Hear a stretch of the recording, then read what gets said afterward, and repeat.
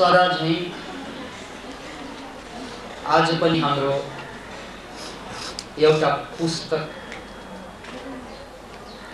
विमोचित हुन गएको छ र एउटा VCD र अडियो क्यासेट पनि। मित्रहरू,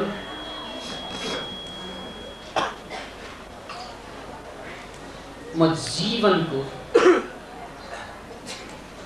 यथार्थमाथि प्रकाश पार्न गइरहेको छु। यो यथार्थ यस्तो यथार्थ हो जसलाई बुझ्नुको अर्थ हुन्छ जीवन बदल्ने पहिलो द्वार खोल्नु। हामीले देखिरहेको जीवन जसरी टेलिभिजनमा हामीले ट्युनिङ गर्दा एउटा स्टेसन क्याच गरिरहेको हुन्छ, त्यही बेला अन्य सयौं स्टेसन पनि छन्, तर त्यो गुप्त हुन्छ। तर एउटा स्टेसन चलिसकेको हुन्छ अनि हामीलाई त्यही यथार्थ लाग्छ, त्यही सत्य लाग्छ, त्यही सबैको सब थोक लाग्छ। जबकि यथार्थ यो हो कि हाम्रो टेलिभिजनले एउटा स्टेसनलाई क्याच गरिरहँदा, एउटा स्टेसन प्रसारण भइरहँदा पनि सयौं अन्य स्टेसनहरू पनि छन्। तर दुर्भाग्य हाम्रो जीवनमा हामीले एउटा स्टेसन खोलेर बसेका हुन्छौं र त्यसैमा हामी अल्मलिएका हुन्छौं र जिन्दगीभर त्यो स्टेसनबाट अर्को स्टेसनमा जान नसक्दा त्यसलाई नै अन्तिम सत्य वास्तविकताको लेबल लगाइन्छ। परिणामस्वरूप मान्छे त्यो घेराबाट बाहिर निस्कन सक्दैन। अब मैले यहाँ स्वास्थ्यको कुरा गर्न लागेँ, मैले यहाँ मानव स्वास्थ्यको कुरा गर्नुपर्छ नै। किन भन्नाले बार बार भनिसकेको छु कि मानव जातिले सबै कुरामाथि विजय पाउँदै गयो, सबै कुरामाथि। तर दुईवटा कुरामा उनीहरू हारिरहेका छन्। एउटा हो स्वास्थ्य, अर्को हो शान्ति। मनमा शान्ति छैन, तनमा स्वास्थ्य छैन। तन स्वस्थ छैन, मन शान्त छैन। अमेरिकादेखि जापानसम्म यात्रा गर्दा पनि त्यही कुरा पाउनुहुन्छ। एउटा ध्रुवबाट अर्को ध्रुवमा यात्रा गर्दा पनि त्यही पाउँछौं। हिजो अस्तिका कुरा यानी 1-2 शताब्दी अघिको कुरा संसारको लागि चुनौती शिक्षा थियो, संसारको लागि चुनौती गरिबी थियो। अब त्यो चुनौती रहेन। 100% शिक्षित भएको देश छ। बेरोजगारीको भत्ता दिई जनतालाई खुसी तुल्याउने देश छँदैछ। तैपनि मान्छे शारीरिक रूपमा स्वस्थ छैनन् ती देशमा पनि, मानसिक रूपमा स्वस्थ छैनन् ती देशमा पनि। त्यसकारण मानव जातिको अन्तिम लडाईँतिर, अन्तिम मोर्चातिर हामी अगाडि बढिरहेका छौं। मानव जातिको अन्तिम लडाईँ, सम्भवतः हाम्रो युगको अन्तिम लडाईँ होला। यो अन्तिम लडाईँ हो कि आफूलाई कसरी स्वस्थ बनाउने, शरीरलाई कसरी स्वस्थ बनाउने, मनलाई कसरी शान्त बनाउने। यो अन्तिम लडाईँ हामी लडिरहेका छौं। विख्यात दार्शनिक हेराक्लिटसको वचन याद आइरहेछ। हेराक्लिटसले कतै भनेका थिए कि तिमी एउटै नदीमा 2 पल्ट नुहाउन सक्दैनौ। याद राख्नुस् यसलाई। तिमी एउटै नदीमा 2 पल्ट नुहाउन सक्दैनौ। है, किन सक्दैनौ? 50 पल्ट नुहाइदिउला जस्तो लाग्ला तपाईलाई। तर नदी भनेको के हो? नदी भनेको लोकालिटीको नाउँ हो, होइन? ठाउँको नाउँ होइन, बालुवाको नाउँ होइन, बगरको नाउँ होइन। नदी भनेको त बहावको नाउँ न हो। पानीको त्यो बहाव, त्यो सैलाब जहिले पनि परिवर्तनशील छ। अहिले चाहिँ हामी जम्प गर्दा त्यो पानीमा उफ्रिँदा एउटा पानीको बहाव हुन्छ, एकछिनपछि जम्प गर्दा अर्कै बहाव आइसकेको हुन्छ। त्यसकारण तिमी एउटै नदीमा दुईपल्ट नुहाउन सक्दैनौ, किनभने नदी भनेको बहावको नाउँ, नदी भनेको स्थिरताको नाउँ होइन, नदी भनेको परिवर्तनको नाउँ हो, नदी भनेको यथास्थितिवादको नाउँ होइन, नदी भनेको परिवर्तनशीलताको नाउँ हो। यसकारण एउटै नदीमा पनि हामी दुईपल्ट नुहाउन सक्दैनौँ। याद राख्नुहोस् यसलाई। जसरी नदी बहाव हो त्यस्तै शरीर पनि बहाव हो भन्दा पत्याउनै गाह्रो होला, पत्याउनै धौधौ होला। किनभने शरीर त कहाँ बहाव, म यही छु जस्तो लाग्ला, म बगिरहेको छु, तर बगिरहेको छु। हाम्रा साहित्यकारहरू भावना बगेको देख्नुहुन्छ, भावना बग्छन्, त्यो त सबैले देखेको हुन्छ। साहित्यकारहरूले टिप्छ त्यसलाई, कलममा कोर्छन्, तर शरीर पनि बगिरहेको, वाह, नदी मात्र होइन शरीर पनि बगिरहेको हुन्छ। त्यसलाई देख्न सक्यो भने, त्यसलाई बुझ्न सक्यो भने यो मानव जातिको अन्तिम लडाईँमा हामीले एउटा महत्त्वपूर्ण हासिल, महत्त्वपूर्ण चरण पार गर्नेछौँ। शरीरलाई नदीको रूपमा जुन दिनमा बुझिन्छ, शरीरलाई बहावको रूपमा जुन दिनमा देखिन्छ, त्यही दिनबाट मानव जातिको यो अन्तिम युद्धमा नौलो आयाम थपिने पक्का पक्की छ। तर बुझ्नु पर्छ, मनको स्तरमा मात्र होइन, बुझ्नु पर्छ अनुभवको स्तरमा। अनुभवको स्तरमा बुझिसकेपछि त्यसलाई व्यवहारमा उतार्न सजिलो हुन्छ। मनको स्तरमा मात्रै बुझ्दा त्यो व्यवहारमा नआउन सक्छ। जसरी चुरोट पिउनु हुँदैन बुद्धिको स्तरमा बुझ्यो, तर व्यवहारमा यार चुरोट पिउनु हुँदैन ल भनेर दिइहाल्छ। मान्छे त यति बेवकुफ, शिक्षितहरू सबभन्दा अग्रपङ्क्तिमा छन्। किन भन्नाले चुरोटको बट्टामा के लेखेको हुन्छ अशिक्षितलाई थाहा हुँदैन, उसले खुर्को झिकेर पिउँछ, थाहा हुँदैन। तर शिक्षितलाई त्यहाँ थाहा हुन्छ, smoking cigarette is injurious to health.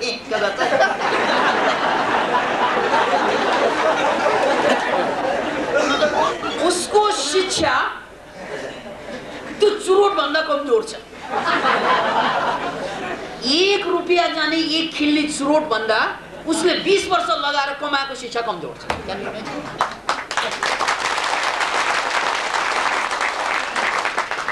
चुरोट तान्नेले बजाएको किन नपान्छ?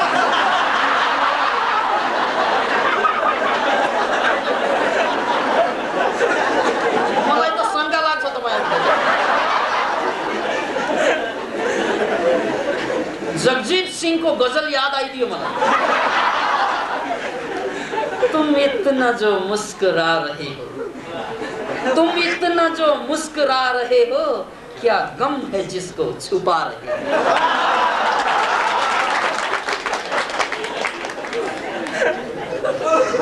त्यसकारण यो ताली बजाउँदैमा ढाकछोप गर्न सक्दैन।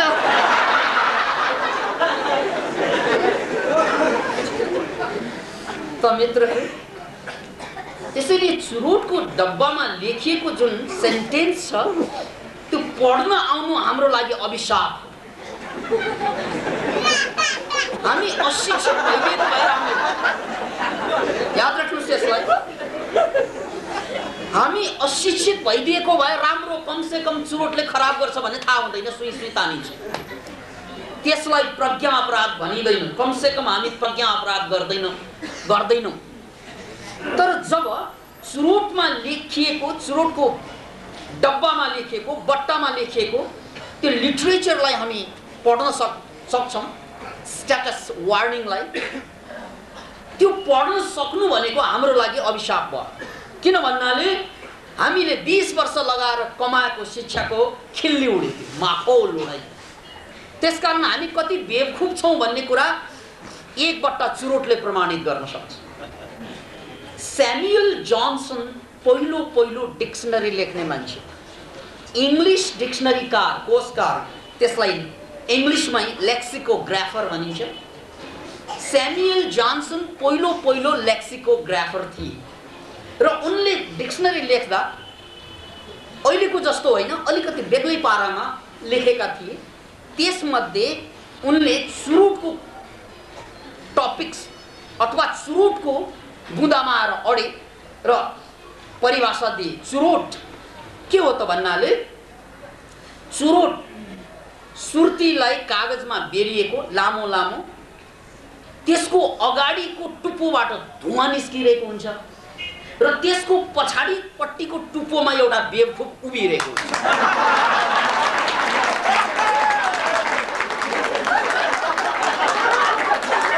चुरोटको परिभाषा मैले भनेको होइन, यो श्रेय मलाई नदिनुहोस्। यो स्यामुअल जॉनसनको कुरालाई मैले नेपाली भाषामा तपाईको नेपाली कानसम्म पुर्याइदिए। त्यसकारण यो चुरोट पिउनु हुँदैन। थाहा हुँदा हुँदै हामी पिउँछौं भने हाम्रो अहिलेसम्मको शिक्षा मानव जातिको लागि सबभन्दा ठुलो व्यङ्ग, हास्य व्यङ्ग हो। हास्य के त भन्नाले हि गरेर हाँस्नु पर्यो, व्यङ्ग के त भन्नाले यो शिक्षाले कुनै लछार बाटो लाउनै सकेन मानव जाति। यसैले एउटा चुरोटले प्रमाणित गरिदिन्छ हाम्रो शिक्षा कमजोर छ। चुरोट बलियो कि शिक्षा बलियो भन्नाले चुरोटै बलियो। अब नेपालका बडे मान्छेहरू पनि चुरोटमा लगानी गर्न खुसी हुन्छ। चुरोट फ्याक्ट्रीमा लगानी गर्ने पनि शिक्षित नै।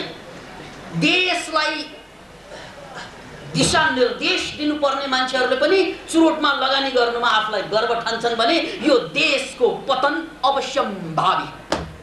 यो देशको पतन अवश्यम्भावी किन भन्नाले देशलाई बचाउनु पर्ने मान्छेले चुरोट फ्याक्ट्रीमा लगानी गरेर बसेको यो देश। त्यसकारण नेपालमा जन्मनु भनेको, नेपालमा हुर्कनु भनेको जबसम्म यो परिपाटी छ तबसम्म लाजको कुरा हो, गर्वको होइन, शर्मको कुरा। कि या त यस्ता चुरोटमा लगानी गर्ने शिक्षकहरूलाई दण्ड सजाय दिने जनतामा खुबी हुनु पर्यो, याउ हुनु पर्यो। किनभने नेपाली भन्नुमा लजाउनु पर्यो। नेपाली किन भन्नाले यहाँ यो देश पुरा नगरवा एकादेशका कथा।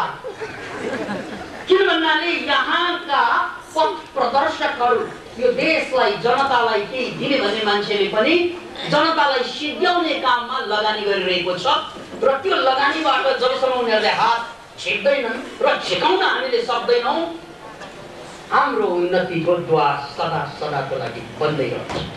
यसैले म स्वास्थ्यको कुरा गरिरहेको कारणले गर्दा यहाँ चुरोटको सन्दर्भमा कुरा जोडिरहेछु र यो स्वास्थ्यको सन्दर्भमा पुनः एकपल्ट म शरीरसँग जोड्छु यो प्रकरणलाई। कि शरीर नदी हो। यो नदी भएको कारणले गर्दा यसलाई बुझ्नुपर्छ हामीले नदीकै रूपमा। यो नदी हो, पोखरी जस्तो स्ट्याटिक छैन, नदी जस्तो बहावशील हो।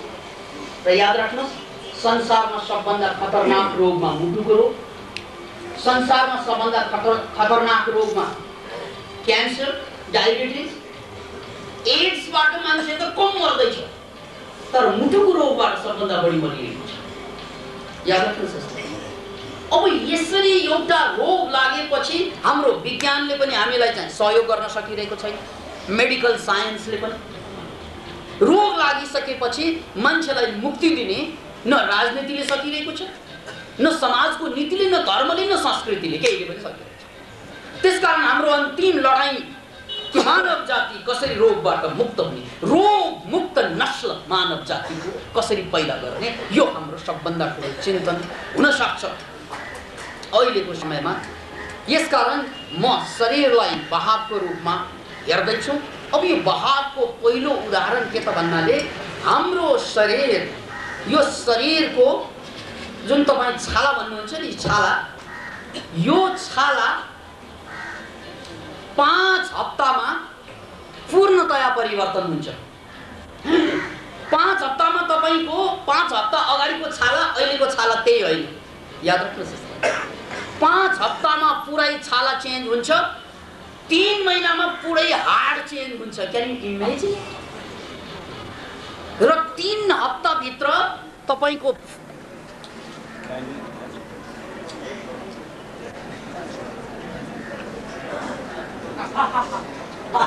अब हाँस्नु, हाडको रोग साथसाथै मान्छे बाँचिरहेको हुन्छ। छालामा रोग छ भने त्यो रोग निकै भइरहेको हुँदैन। र यस कारणले हामीले के बुझ्न सक्दैनौँ भन्नाले, होइन, यदि साँच्चै यो परिवर्तनशील हो भने 5 हप्तामा छाला फेरिने हो भने मेरो छाला पहिला हरियो थियो, अहिले रातो हुनुपर्ने, पछि पहेँलो हुनुपर्ने, त्यो किन भएन भन्ने पनि प्रश्न आउला। र त्यसको जवाफ के त भन्नाले, हामीले खाएको खानाबाट सेल त बन्ने नै हो, नयाँ सेल पुरानो जाने नै हो।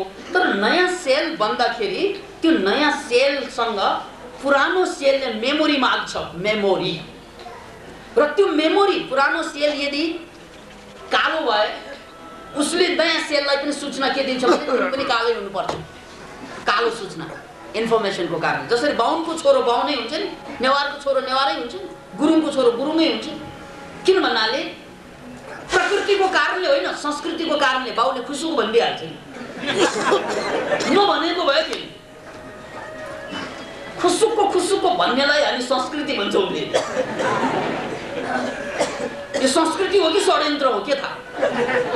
मानव जातिको विरोधमा षड्यन्त्र पनि त हुन सक्छ, टुक्रा टुक्रा टुक्रा पार्नु।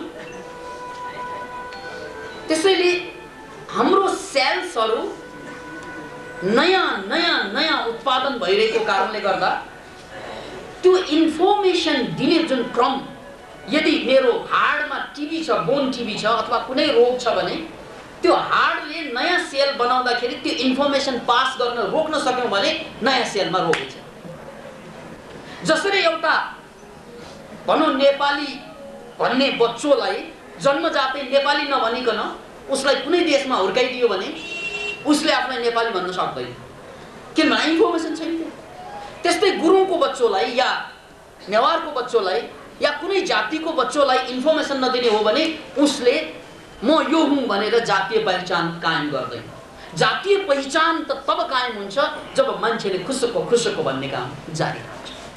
यसैले जात पात सियासत ये सब जुबान के फसाने, कुनै कविको यो वचन छ, जात पात सियासत ये सब जुबान के फसाने, डुबोते हैं सफीने जिंदगी का तूफान के बहाने। यो जिन्दगीको नाउलाई डुबाउने एउटा बहाना मात्रै पनि हुन सक्छ। त्यसैले यो हाम्रो शारीरिक रोग भनेको हाम्रो चोइसमा आधारित हुन्छ। यो चोइसको कुरालाई म अलिकति जोड्न चाहन्छु। चोइस, चुनाव। मानव भएर बाँच्नुको सबभन्दा ठुलो हामीसँग गुण भएकै चुनाव हो। चुनाव भनेको कि मैले चाहे भने मेरो जिन्दगीलाई मैले भने जस्तो पार्न सक्छु। त्यो कुकुरले गर्न सक्दैन, टुकुरले गर्न सक्दैन, त्यो मान्छेले मात्र गर्न सक्छ। उसले चाहे भने उसको जिन्दगीलाई उसले चाहे जस्तो बनाउन सक्छ, उसको इच्छामा आधारित हुन्छ। किन भन्नाले कि मान्छेको विल पावरकै कारणले गर्दा उनको सम्पूर्ण शरीरको विज्ञान रसायनलाई चाहिँ परिवर्तन गर्न सक्छ भन्ने कुरा पनि वैज्ञानिकहरूले प्रमाणित गरेका छन्। हालसालै वैज्ञानिकहरूको एउटा खोजले के प्रमाणित पनि गरेको छ भने एउटा अपराधीको मस्तिष्कको आकार फरक हुन्छ। याद राख्नुहोस्, मस्तिष्कको आकार, शेप अफ द ब्रेन, र एउटा विद्वानको, एउटा साहित्यकारको, एउटा दार्शनिकको, एउटा गायकको मस्तिष्कको शेपमा, आकारमा परिवर्तन हुन्छ। Can you imagine it? आकारमै परिवर्तन हुने हो। हामीले सोच्दा सोच्दा सोच्दा सोच्नु भनेको थिङ्किङ भयो, थिङ्किङ नै बायोलोजीमा ट्रान्सलेट हुन्छ, बायोलोजीमा परिवर्तन हुन्छ र ब्रेनको सेप बदलिन्छ। त्यसकारण एकजना साह्रै एउटै विचारमा लागेको मान्छेलाई जति कन्भिन्स गरे पनि बदल्नै सकिँदैन। किन भन्नाले उसको ब्रेनको सेपैले दिँदैन। अब ब्रेनको आकारले, मस्तिष्कको आकारले दिँदैन। उनलाई नयाँ कुरा कुरा बुझाउनु भनेको असम्भव जस्तो देखिन्छ, किन भन्नाले पुरानो ब्रेनको ढाँचाले बाधा दिन्छ। यसैले हामी जे सोच्छौँ त्यो पनि बायोलोजी बन्छ। तर यो बायोलोजी पनि सुखद समाचार के त भन्नाले यो स्ट्याटिक छैन, यो परिवर्तनशील छ। त्यसकारण हामीले चाह्यो भने यो परिवर्तनलाई रोक्न सक्छौँ। जस्तै उदाहरणको लागि हामीलाई एड्स लागेको छ, एड्स लागेको छ, पुरानो सेल मर्छ, नयाँ सेल पनि एड्स ग्रस्त हुन्छ, ठिकै छ कुरा। तर यदि हामीले त्यो सूचनाको प्रवाह, मनको सूचनाको प्रवाहलाई रोक्न सक्यौँ भने एड्सबाट पनि बच्न सकिन्छ। जस्तै स्यामुएल जॉनसन यसको सबभन्दा ठुलो नमुना हो। एड्स उनलाई पत्ता लगाएको 1981 मा हो, तर अहिले पनि उनी जीवित छन् र उनले प्रमाणित गरिदिए कि मान्छे एड्सको कारणले मर्ने होइन, मान्छे माइन्डको कारणले मर्छ। मान्छेलाई मार्ने तत्त्व एड्स होइन, मान्छेलाई मार्ने तत्त्व उसको माइन्ड हो। उसको माइन्डले जुन इन्फर्मेसन दिन्छ त्यसले बायोलोजीलाई चाहिँ निर्माण गर्छ। अब अहिलेसम्म हामीले हेरिरहेको शरीर भनेको स्ट्याटिक शरीर। मलाई रोग लाग्यो, म रोगी गर्छौँ हामीहरू। यो इन्फर्मेसन छ नि, म रोगी भन्ने इन्फर्मेसन, त्यही इन्फर्मेसनको कारणले हाम्रो सम्पूर्ण शरीर रुग्न हुँदै जान्छ। अब यदि कोही पनि मान्छेले सबकन्सियसमा गएर म रोगी होइन, म स्वस्थ छु भन्ने इन्फर्मेसन चाहिँ दिन सक्यो भने, त्यो सेललाई पास गर्ने इन्फर्मेसनलाई ब्रेक गर्न सक्यो भने नयाँ जन्मिने सेल त्यो त निरोगी नै थियो, त्यही इन्फर्मेसनको कारणले गर्दा रोगी हुने हो। त्यसकारण याद राख्नुहोस्, यसलाई कुनै पनि रोगबाट बच्न सम्भव छ। कुनै पनि एड्सदेखि लिएर संसारको कुनै पनि रोगबाट मान्छे मर्छ भन्ने ग्यारेन्टी चाहिँ हुँदैन। कुनै पनि रोगबाट मान्छे मर्नै पर्छ भन्ने आवश्यकता हुँदैन। त्यसलाई मैले अस्तिको प्रवचनमा यहाँलाई संसारको दुईवटा रुल, वैज्ञानिकहरूले पत्ता लगाएको दुईवटा रुल अगाडि सारेको थिएँ। एउटा एक्सेप्सनल रुल अफ लाइफ र अर्को जेनरल रुल अफ लाइफ। पुनः एकपल्ट, जीवनमा दुईवटा रुल हुँदो रहेछ। एउटा एक्सेप्सनल रुल अपवाद र अर्को जेनरल रुल सामान्य। हामी सामान्य रुलमा बाँच्छौँ र त भुल गर्छौँ। किन भन्नाले भुल गर्नु पनि सामान्य रुल भित्रकै कुरा पर्यो। यो भुल गर्नु सामान्य रुल भित्र परेको कारणले गर्दा हामी एउटा भुल पछि अर्को भुल गर्दै बाँच्छौँ। तर मैले बारम्बार दिएको उदाहरण पुनः एकपल्ट म पेश गर्छु। जस्तै बिजुली बत्तीको आविष्कार हुँदा सुरुमा यसलाई संसारको 8औं आश्चर्यको संज्ञा दिइयो। चीनको आविष्कारलाई 8औं आश्चर्य, विश्वको 8औं आश्चर्य। किन भन्नाले जहाँ अक्सिजन हुँदैन त्यहाँ बत्ती बल्ब अनुसार असम्भव, तर एक्सेप्सनल रुल अनुसार सम्भव। त्यसैले एउटा आशाको कुरो के छ त भन्नाले जहाँ हामी जेनरल रुलमा हार्छौँ, ती हारेका मान्छेले एक्सेप्सनल रुलको लागि एप्लाई गर्नुपर्छ, उम्मेदवारी दिनुपर्छ। ओहो, जेनरली त म खत्तम भएँ, जेनरली मेरो समाज खत्तम छ, मेरो देश खत्तम छ, जेनरली म सकिएँ, तबाह भएँ यो जेनरल रुलमा। अब एक्सेप्सनल्सको एक्सरसाइज गर्छु। किन भन्नाले जेनरली मैले जे गर्न सक्छु गरेँ। मैले यो प्रतिगमन हटाउनको लागि जनरली जे गरेँ सकेँ। यो जनरल रुलले त कामै दिएन। तै पनि फेरि त्यही जनरल रुल अनुसार गइन्छ भने त्यस्ता जाने मान्छेहरू मान्छे होइनन्, बोका हुन्। बोका मान्छे होइनन्, कुकुर हुन्, कुकुर। सरी है, मैले कुकुरको अपमान गरेँ।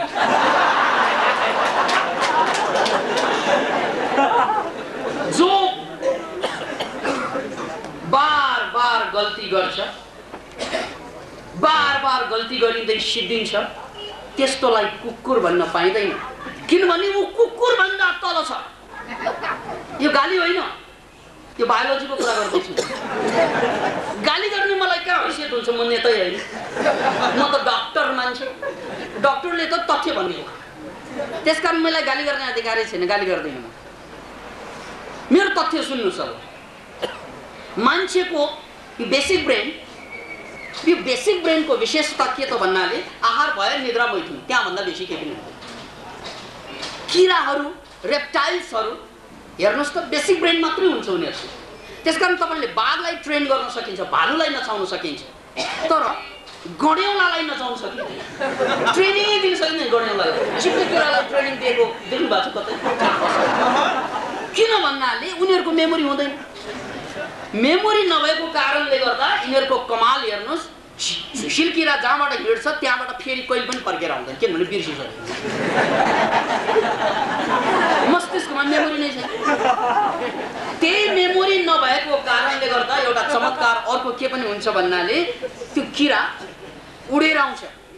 समा कहे परवाने से परे चला जा, मेरी तरह चल जाएगा तू, यहाँ नहीं आ भनेर भन्छ बिजुलीको त्यो बत्तीको लौले। तर उसले कहाँ सुन्छ? सुन्ने मस्तिष्कै छैन। त्यसकारण ऊ उडेर आउँछ किरो, अनि उसले हात खुट्टा हाल्छ, पोल्छ, पोलेपछि अर्को ट्राई गर्छ, पोल्छ, अर्को अर्को नमरेसम्म ट्राई गर्छ। अब तपाईँलाई के त्यो बहादुरी लागेको? कविहरूले त प्रेमिका भन्छ उसलाई, किन भन्नाले प्रेमीहरूले पनि त्यस्तै मर्छ, त्यही केटी चाहिन्छ, त्यही केटी चाहिन्छ।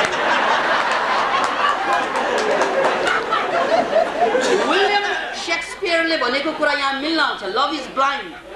यति ब्लाइन्ड कि 3 अरब केटी हुन्छ दुनियाँमा नदेख्ने। त्यही एउटा बाहेक अरू देखिन। त्यसकारण लभ इज ब्लाइन्ड, यानी एउटालाई देख्यो भने अर्कोलाई देख्नै नसक्ने, आँखामा जाला। वास्तवमा त हुनुपर्ने के त भन्नाले एउटा केटीले धोका दियो भने धोका फुल्यो 3 अरब।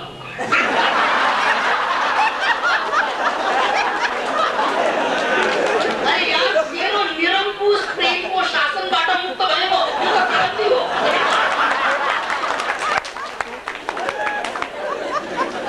नत्र त निरङ्कुशता लाग्छ उसले, उठ भने उठ, बस भने बस। अनुभवैबाट हाँस्यो।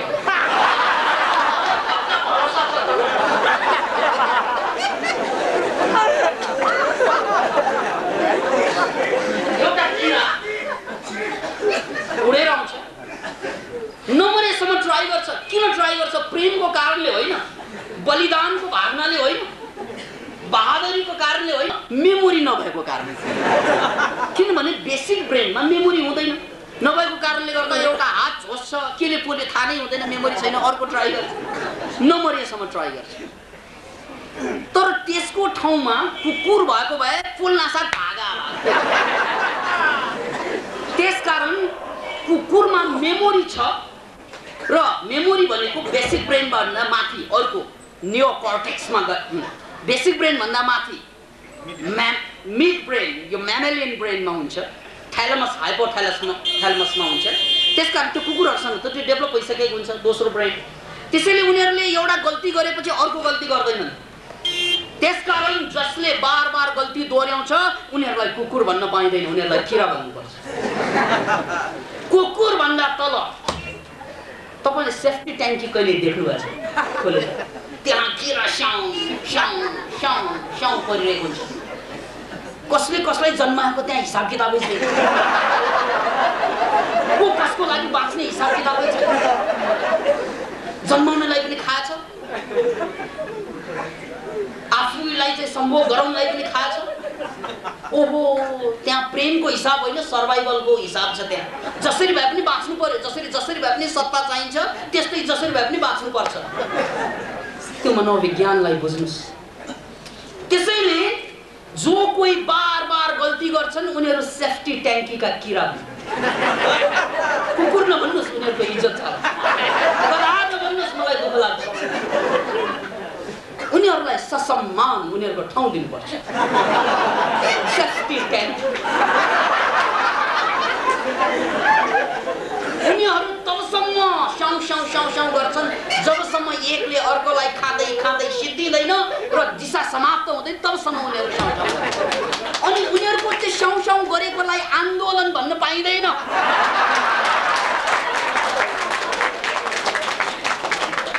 त्यो आन्दोलन होइन, त्यो स्याउ स्याउ दिन्छ। याद राख्नुहोस्। त्यसकारण अब कुकुरमा किनभने कुकुरको त विशेषता छ, तर कुकुरमा एउटा कुराको कमी छ। त्यो कमी के त भन्नाले उसमा प्रेम होला, सिक्न पनि सक्छ। याद राख्नुहोस्, कुकुर र किरामा फरक त मैले भने, तर कुकुर र मान्छेमा फरक के त भन्नाले किराले गल्ती गर्छ, फेरि गल्ती गर्छ, फेरि गल्ती गर्छ, नसिद्धिएसम्म गल्ती गर्छ। ती रेप्टाइल्सहरू हुन् बायोलोजिकली। अनि कुकुर यानि म्यामल्सहरू, कुकुर यो जति पनि म्यामल्सहरू छन् जसले चाहिँ दुध पिलाएर स्तनधारी प्राणीहरू छन्, तिनीहरूमा दोस्रो ब्रेन हुने भएको कारणले गर्दा उनीहरूले गल्ती गर्छन् र फेरि चाहिँ गल्तीबाट सिक्छन्। जसरी कुकुरले हात हालेपछि, आगोमा हात हालेपछि फेरि चाहिँ हात हाल्दैन, गल्तीबाट सिक्छन्। ट्रायल एन्ड एरर बेसिसमा उनीहरूको विशेषता हो। तर मान्छेको विशेषता त्योभन्दा माथि, किनभने मान्छेसँग अर्को ब्रेन छ, नियोकर्टेक्स। त्यसैले मान्छे त त्यो हो जसले अरूले गरेको गल्ती देखेर आफू सुध्रिन्छ, त्यो हो मान्छे। याद राख्नु। अन्यथा कुकुर हो, बार बार गल्ती गर्ने, बार बार गल्ती नै गर्दैनन् मान्छे। अरूले गल्ती गर्छन्, त्यो गल्तीबाट सिक्छन्। जस्तै हिटलर, जस्तै नेपोलियन जस्ता मान्छेहरूले जघन्य अपराध गरेको कारणले गर्दा पनि मानव जातिले सिके र संयुक्त राष्ट्रसँग अगाडि आयो। होइन बा, यसरी त जानु हुँदैन रहेछ। हेर्नुहोस् त, गल्ती हिटलर गर्छन्, सिक्छन् संयुक्त राष्ट्रसँगले। याद राख्नुहोस्, त्यो हो मानवता भनेको। अरूले गरेको गल्तीबाट आफूले सिक्छन्, त्यो हो मानवता। तर दुर्भाग्यवश हामी अहिले कुकुर पनि भएका छैनौँ, ट्रायल एन्ड एररमा पनि गएका छौँ। त्यसकारण विशेषता त के हुनुपर्ने भन्नाले कि हामीले गल्ती गर्यौँ, त्यो गल्तीबाट सिक्नु, त्यो म्यामल्स भयो। गल्ती अरूले गर्छन्, हामीले सिक्छौँ, त्यो हो मानवता, त्यो हो मान्छेको सबभन्दा ठुलो गरिमा। त्यहाँ त हामीमध्ये थोरै पुग्यौँ होला, थोरै मान्छे होला त्यस अर्थमा, तर कमसेकम म्यामल्समा त आउनु पर्यो। किरामा जानु भएन, बार बार त्यही गल्ती गर्ने, बार बार त्यही गल्ती गर्ने, नमरेसम्म गल्ती गर्ने। नेपालको राजनीतिक हालचाल यस्तै छ, नमरेसम्म, नसिधेसम्म स्याउ स्याउ स्याउ स्याउ स्याउ स्याउ। उनी आन्दोलन भनाउन चाहन्छ, म यसमा कुनै आन्दोलन, यसलाई दोलन मात्रै भन्न मिल्छ। दोलन, दोलन भनेको यसरी मन डोले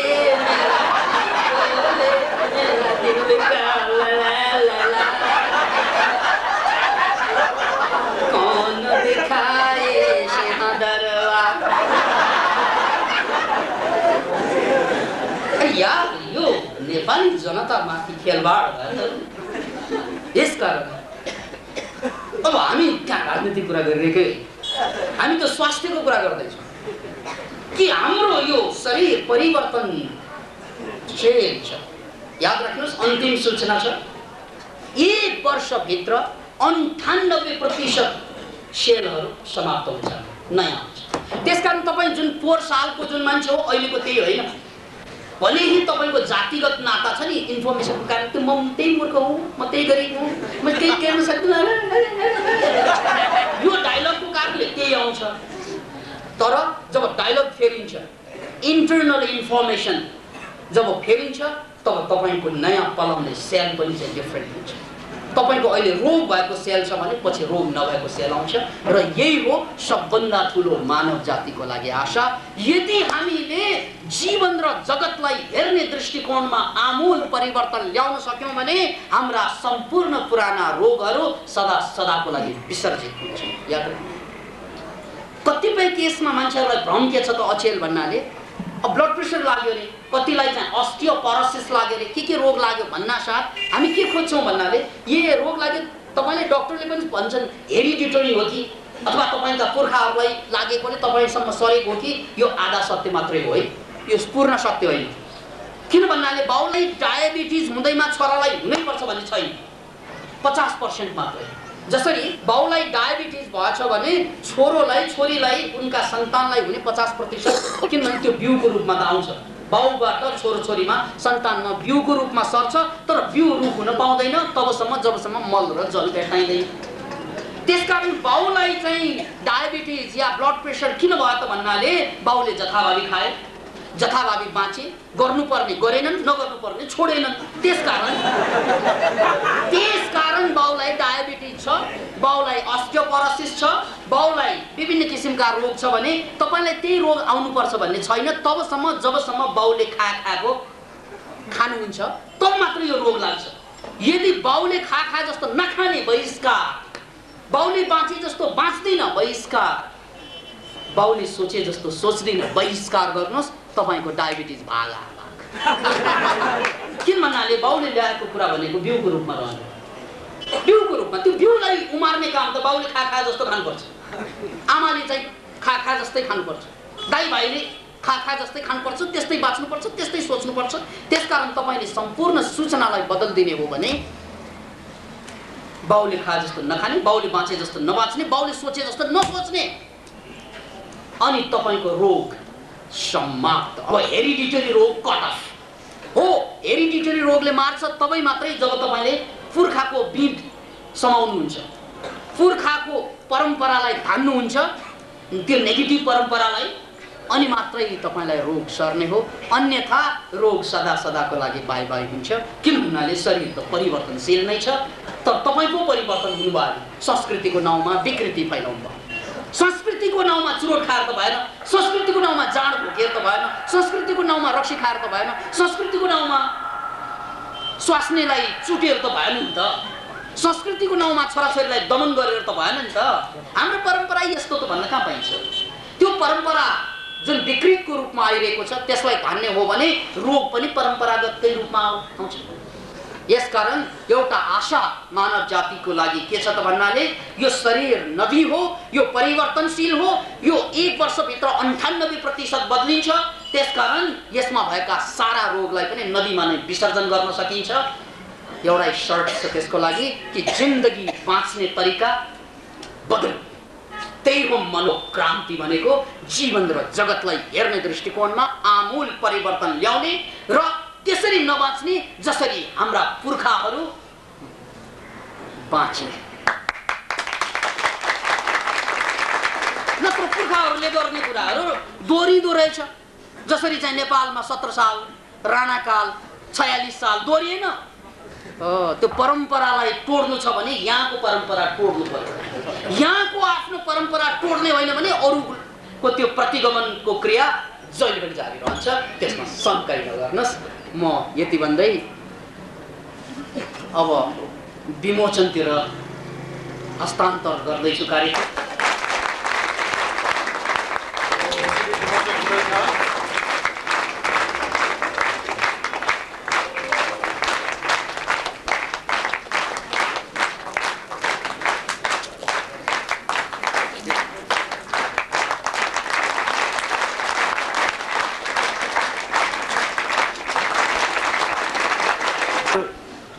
हामीहरू चाहिँ उयो उहाँले भने जस्तै अब हामी कति कुरा देख्छौँ, कति कुरा देख्दैनौँ।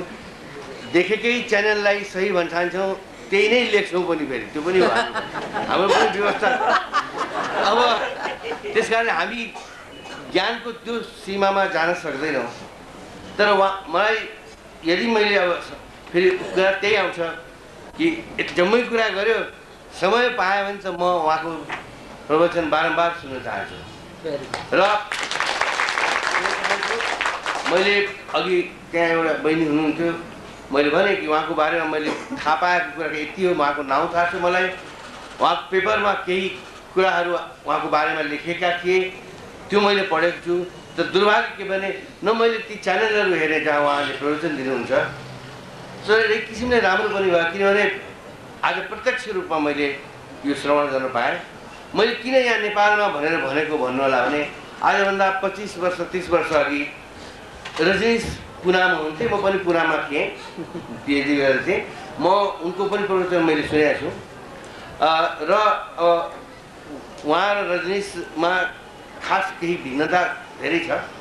त्यो के भनेदेखि उहाँ चाहिँ अझ सरल, अझ सिम्पल किसिमले गम्भीर कुरालाई बुझाउन सक्नुहुन्छ। यो हामी लेख्नेले पनि सिक्न पाए हुन्थ्यो जस्तो। किनभने हाम्रो त्रुटि नै यही हुन्छ कि कहिलेकाहीँ पाठकसम्म कम्युनिकेट भइदिँदैन हाम्रो कुरा। हामी आफैमा लिन भएर या आफैमा मस्त भएर यही नै ठिक हो भनेर लेखिरहेको छौँ। तर लेखन त सम्प्रेषणीयता हो। त्यो किताब दुईटा एक दिन आउनु एउटा साथी उहाँले त्यो बाल लीला भन्ने एउटा लेख्नु भएको थियो र यो किताब मैले हिजो पाएँ, हिजो नै सिद्ध्याएँ मैले। त्यो त अब लेख्ने मान्छे पढ्न त अलिक अगाडि नै हुन्छ नि, हिजै सिद्धियो र रमाइलोसँग सिद्ध्याएँ। यस्तो होइन कि मैले कनी कुथी मैले भोलि केही बोल्नुपर्छ भनेर सिद्ध्याएको होइन, आफैलाई रमाइलो लाग्यो, राम्रो लाग्यो। र उहाँका विचारहरूमा जुन एउटा क्रान्तिकारिता छ, मनोक्रान्ति भन्नुभयो, वास्तवमा त्यो मनोक्रान्तिको अर्थ मैले बुझेको थियो भने सम्पूर्ण क्रान्ति हो। त्यो सम्पूर्ण क्रान्ति कुनै राजनीतिक कुरा पनि त्यो अर्थ नलाग्यो। डाक्टर विकास रजनजीको यो जुन प्रवचनको कार्यक्रममा श्रद्धालुहरूको जुन किसिमको श्रद्धा भक्ति र जुन किसिमको एउटा ध्यानमग्नता मैले देखेँ र जुन किसिमले एउटा उहाँको प्रवचनको प्रवाहमा जुन किसिमको मनोरञ्जनमा तल्लीनता मैले देखेँ, त्यो साह्रै उत्साहप्रद, साह्रै सराहनीय लाग्यो मलाई। यो यत्रो ठुलो जमात यस किसिमले आकर्षित हुनु डाक्टर विकास आनन्दको एउटा एक किसिमको चमत्कार नै मान्नुपर्छ। र मैले उहाँका कृतिहरू पढ्ने मौका पाएको थिएन। मलाई आज बिहानै उहाँको अटोबायोग्राफी मलाई दिनुभयो साथीले, मैले सरस्वती हेरेँ। अब उहाँ चाहिँ के भने हामी टोलिया पनि रहेछौँ वास्तवमा। म पनि त्यही टोलको, जहाँ जुन टोलमा उहाँको जन्म भयो, म पनि त्यही टोलबाट आएको। अर्को पक्ष के छ भने जुन विद्यालयमा मैले चाहिँ विद्या हासिल गरेँ एसएलसीसम्म, त्यो विद्यालयमा उहाँको पनि विद्या त्यहीबाट सुरु भएको रहेछ। तर जुन किसिमको आध्यात्मिक र चिन्तनीयताको उहाँको जुन एउटा जुन किसिमको उचाइ मैले आज देख्ने मौका पाएँ र जुन किसिमको कृतिहरू आज विभाजित भए, विविध रूपमा तपाईँको यो कृतिहरूको जुन किसिमको आज लोकार्पण हुन सक्यो, त्यसले पक्कै पनि एक किसिमको आध्यात्मिक चिन्तनमा हाम्रो मनलाई रञ्जित गर्ने आवश्यकता अझ पनि तड्काहरू देखिएको जस्तो लाग्यो। र यो के मनोक्रान्ति अभियानले जुन किसिमको यो कार्यक्रमको आयोजना गर्दै आइरहेको रहेछ, त्यो साँच्चै नै एउटा एक किसिमको त्यसले मलाई निकै ठुलो प्रभावित गर्दाखेरि सरल छ। सबभन्दा सरल केही छ भने त्यो जीवन नै हो। सबभन्दा व्यापक र साह्रै कृष्ण चिज केही छ, बुझ्न नसक्ने अगम चिज केही छ भने त्यो जीवन नै हो। तर यसलाई कसरी सुरक्षित गर्ने, कसरी सरस बनाउने भन्ने काम चाहिँ हाम्रो मनले गर्छ। त्यसरी मनलाई क्रान्तिमा हामीले क्रान्तिको अभियानमा दोहोऱ्याउनुपर्छ। मेरो शुभकामना छ।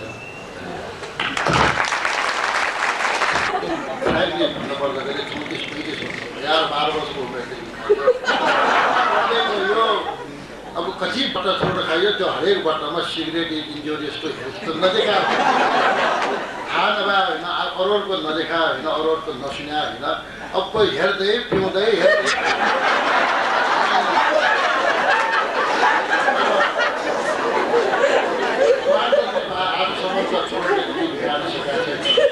तर थाहा हुँदा हुँदै पनि यो छोडौँ भने अलिकति के हदसम्म एउटा विल पावर नै डेभलप गर्न सकिएन।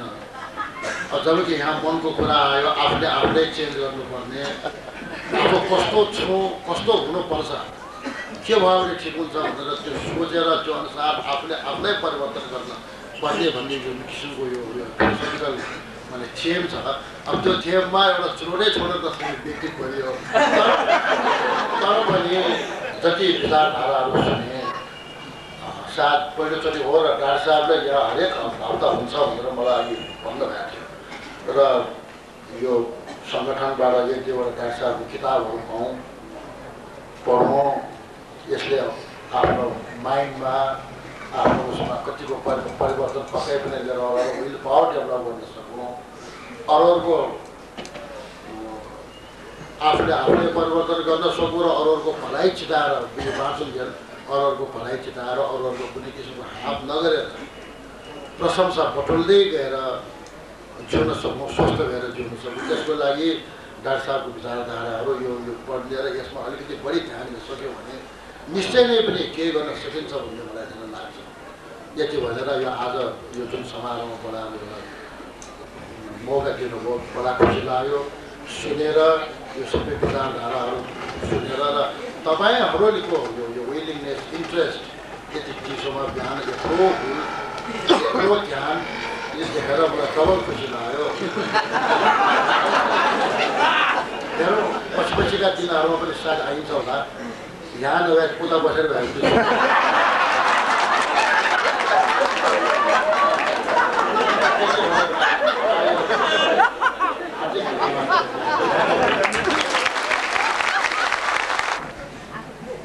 यदि छोड्नु छ भने छोड्ने विचार छोड्नुपर्छ भाइ। किन भन्नाले छोड्ने विचारले त्यसलाई बढी सशक्त बनाइदिन्छ, याद दिलाइदिन्छ। त्यो कविता छ नि हामीले बार बार भन्दै आएको, जब से तुझे भुलाने की कसम खाई पहले से ज्यादा तू और ज्यादा।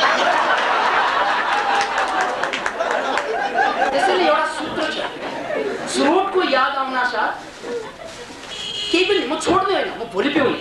आज पिउने क्या, आज एक दिन त हो, आज म पिउन्न, भोलि भोलि भोलि भोलि भोलि भएपछि भोलि पनि त आजै बनेर आउँछ। भोलि पनि भन्ने, आज पिउनु भने क्या भोलि। त्यसकारण चुरोटको सन्दर्भमा, रक्सीको सन्दर्भमा कुनै पनि दुर्व्यसन छोड्नु छ भने छोड्ने भन्ने मनलाई सूचना नदिनुहोस्। किन भन्नाले मनले छोड्दै मान्दैन।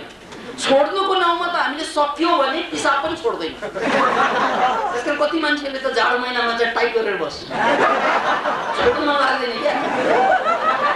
त्यो पनि 34 वर्षको अभ्यास। त्यसकारण छोड्ने होइन, त्यसलाई खाने, तर आज होइन। यदि यो सूत्र लागू गर्ने हो भने मलाई जहाँसम्म लाग्छ त्यो सफल होला। त्यसकारण तपाईँको गोजीको चुरोट पाउनु